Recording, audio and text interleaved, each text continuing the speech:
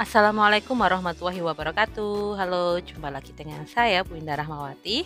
Hari ini kita akan bahas perbandingan trigonometri di berbagai kuadran. Seperti kita tahu bahwa kuadran di trigonometri itu kemarin ada 4 ya.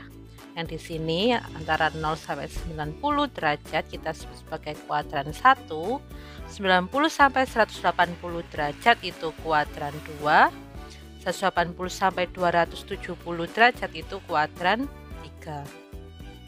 Nah, 270 sampai 360 ini kan boleh ditulis ya, 160 derajat.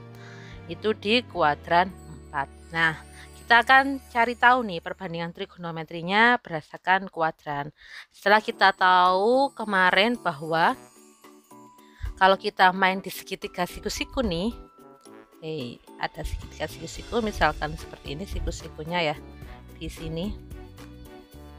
Kemudian sudut yang kita cari itu ini.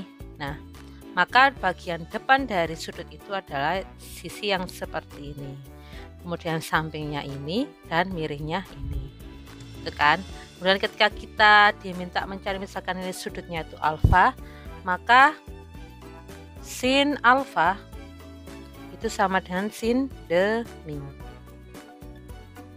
Cos alfa, cosami. Kemudian tan alfa, tan desa. Nah, dengan menggunakan ini akan lebih mudah untuk menganalogikan di berbagai kuadran. Oke, langsung saja kita masuk di kuadran 1 dan 2. Nah, di kuadran 1 ini ketika kita lihat nanti itu di soal kalian dikasih satu titik, misalkan di sini titiknya P itu X, Y. Nah, artinya X itu adalah sepanjang ini itu adalah X, dan Y itu adalah sepanjang ini. Nah, sedangkan R itu seperti jari-jari lingkaran yang terbentuk dari lingkaran satuan ini. Nah, di sini diketahui ada sudut yang namanya itu A derajat gitu ya. Nah, untuk mencari sin A seperti biasa, karena ini sudutnya di sebelah sini, maka bagian depan dari sudut ini adalah yang di sini. Yang ini samping, yang ini miring. Nah, tinggal kita cari perbandingannya saja.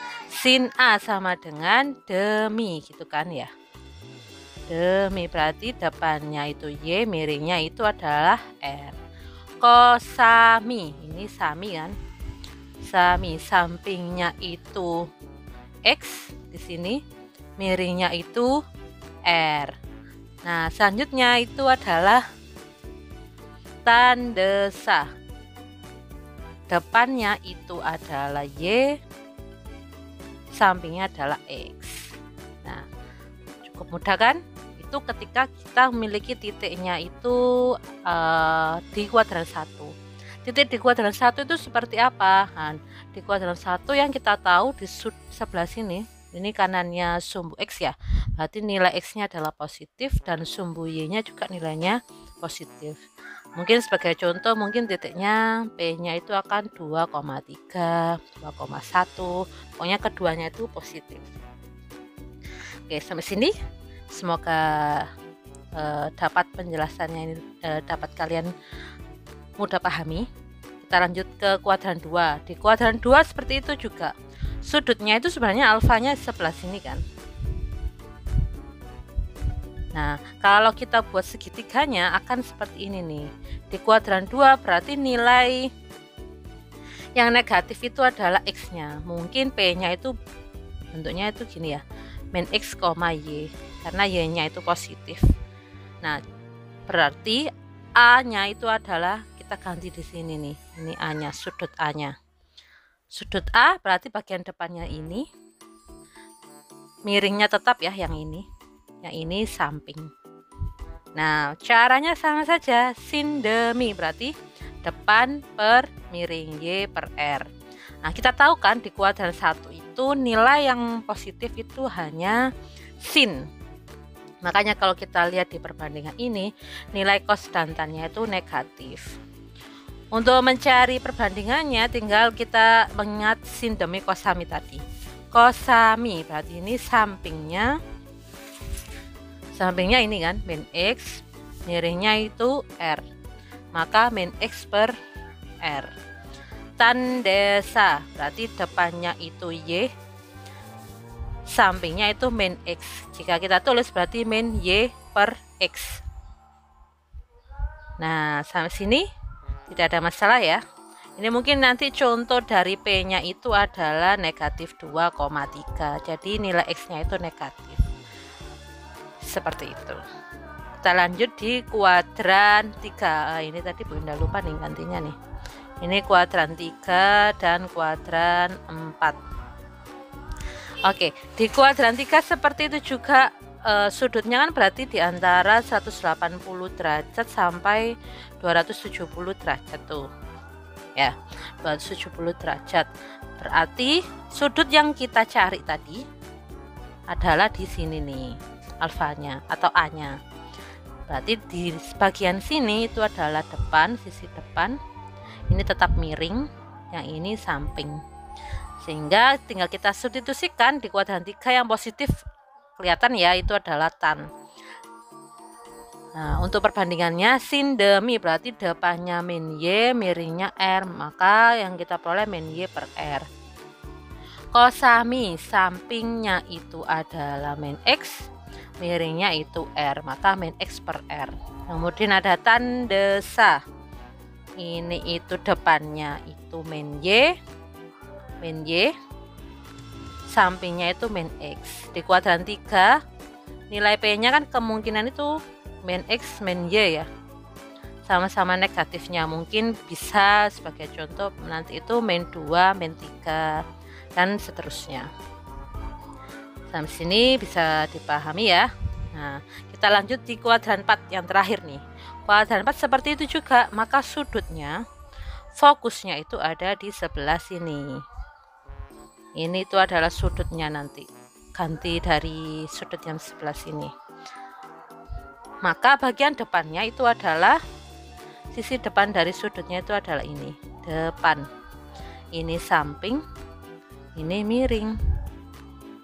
Sin demi berarti min Y per R atau min Y per R.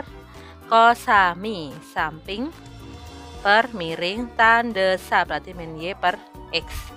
Nah, kelihatan ya kalau ini yang positif. Nah, kalian tidak perlu menghafal Y per R, X per R, atau Y per X gitu, tidak perlu. Asalkan kalian paham mana bagian sisi depan, samping, mana yang miring di segitiga yang kalian buat ketika menyelesaikan soal yang berkaitan dengan perbandingan trigonometri di berbagai kuadran ini. Oke, kita langsung ke contohnya ya biar ada gambaran. Nah, di sini Bu Indah kasih titik P-nya itu min 9,12. Artinya ini X, ini Y. X, Y, X-nya min 9, Y-nya 12. Berarti kira-kira gambarnya seperti apa nih? Di kuadran berapakah ini? Nilai X-nya negatif, berarti di sini ya. Min 9 per 12. Anggap saja di sini nih. 12. Nah, maka segitiga yang bisa kita buat itu adalah seperti ini. Nah, ini alfanya. Alfanya gini ya. Nah, berarti ini itu panjangnya adalah min 9. Ini ke sini itu adalah 12. Tinggal kita cari R nih. Nah, cari R kita bisa menggunakan teorema Pythagoras. Dalam Pythagoras itu kan khusus untuk segitiga siku-siku. Karena ini segitiga siku-siku, berarti akan berlaku ini kuadrat ditambah ini kuadrat, sisi yang lain ya, min 9 kuadrat ditambah 12 kuadrat, kita akar. Ternyata ketemunya 81 plus 144, atau ketika kita jumlah hasilnya adalah 225, yaitu sama dengan 15. Nah, karena ditanya ini cos alfa, berarti tinggal kita cari kosami. Ini udah ketemu ya 15 ya. Kosami ini kan berarti sisi depannya di sebelah sini kan, depan. Ini samping. ini miring. Nah, kosami sampingnya min 9, miringnya 15. Nah, ketika kita sederhanakan, kita bagi 3, 9 min 9 bagi 3 itu 3, 15 bagi 3 itu 5. Ketemulah min 3/5. Begitu pula kotangan alfa. Nah, kotangan alfa itu kebalikan dari tan ya. Tan alfa ya kemarin. Nah, tan itu kan tanda sa gini ya. Berarti kalau kotan berarti sade. Kebalikannya saja. Jadi kita cari sampingnya. Di sini sampingnya ketemu min 9. Kemudian depannya itu 12. Nah, berarti min 9/12 sama dengan, kita sederhanakan dengan membagi 3 masing-masing, kita peroleh min 3/4. Nah, itu saja di perbandingan trigonometrik di berbagai kuadran. Cukup mudah, intinya adalah kalian memahami mana bagian depan samping miring, kemudian sudut-sudutnya. Maksudnya sudut itu yang ini ya, yang Bu Indah maksud itu sudut yang dimaksudnya yang ini. Jadi pemilihan sudutnya itu yang berkaitan dengan sumbu X, yang diapit dengan sumbu X. Nah, ini kan ya, ini sumbu X, sumbu Y yang diapit. Kemudian yang ini yang di kuadran 1 kan seperti itu juga. Sumbu X, sumbu Y yang ini. Sumbu X, sumbu Y berarti yang ini, sudut yang dipilih. Yang nanti menentukan depan dan miringnya yang mana. Kemudian tinggal mencari perbandingan saja. Oke, cukup sekian video kali ini, semoga bermanfaat. Satu contoh saja, karena ini sedikit mudah untuk dipahami. Semoga kalian bisa memahami dengan lebih mudah. Boleh komen atau tanya langsung ke Bunda lewat Wapri ya. Semoga bermanfaat. Wassalamualaikum warahmatullahi wabarakatuh. Sampai jumpa di video selanjutnya.